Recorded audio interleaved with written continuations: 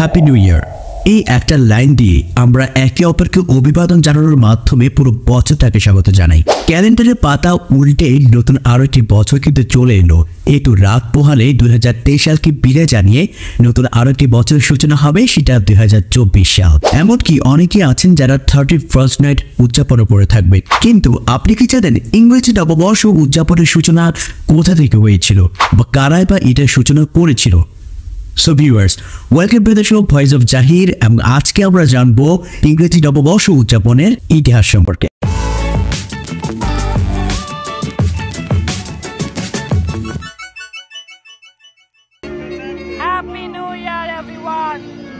বিভিন্ন দেশে নতুন বছরের প্রথম দিনটি পাবলিক হলিডে হিসেবে পরিচিত। প্রতি বছর 31 ডিসেম্বর রাত 12:01 থেকে শুরু হয় নতুন বছরের উদযাপনের উন্মাদনা। আধুনিক গ্রেগরিয়ান ক্যালেন্ডার ও জুলিয়ান ক্যালেন্ডারে জানুয়ারির 1 তারিখ থেকে শুরু হয় নতুন বছর।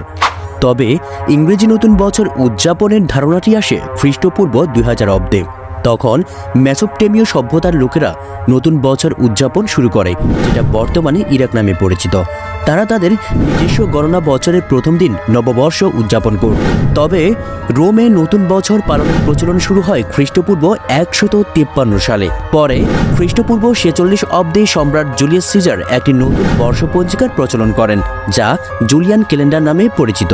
রোমে জুলিয়ান ক্যালেন্ডারের অন্তর্গত বছরের প্রথম দিনটি জানুস দেবতার উদ্দেশ্যে উৎসর্গ করা হয়। জানুস অর্থ প্রবেশপথ বা সূচনার দেবতা, যার নাম অনুসারে বছরের প্রথম মাসের নাম জানুয়ারি নাম করা হয়। এই তো গেল যিশুর জন্মের আগের কথা।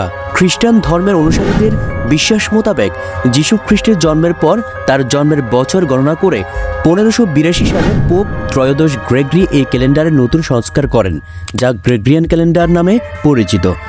বর্তমানে বিশ্বের বেশিরভাগ দেশের কার্যত দিনপঞ্জি হিসেবে গ্রেগরিয়ান ক্যালেন্ডার অনুসরণ করা হয়। আনুষ্ঠানিকভাবে নিউ ইয়ার পালন শুরু হয় 19 শতক থেকে। নতুন বছরের আগের দিন অর্থাৎ 31 ডিসেম্বর হচ্ছে নিউ ইয়ার ইভ।